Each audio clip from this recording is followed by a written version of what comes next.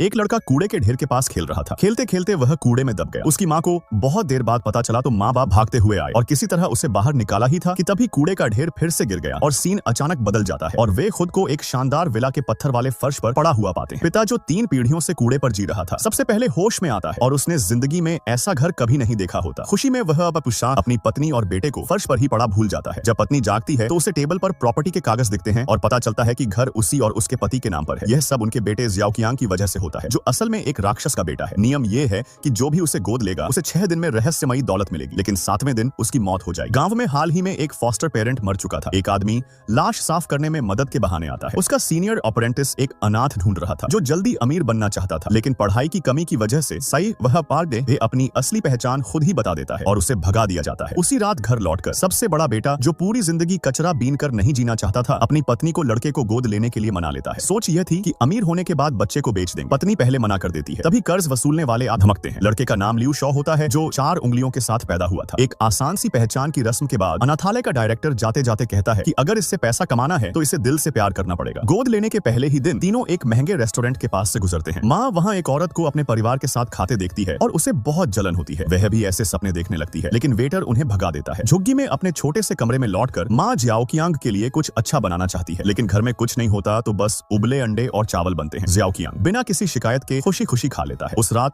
दोनों भविष्य के सपने देख रहे होते हैं। तभी गलती से तकियों के नीचे एक बहुत बड़ा स्क्रॉल मिल जाता है और कहानी पक्की लगने लगती है।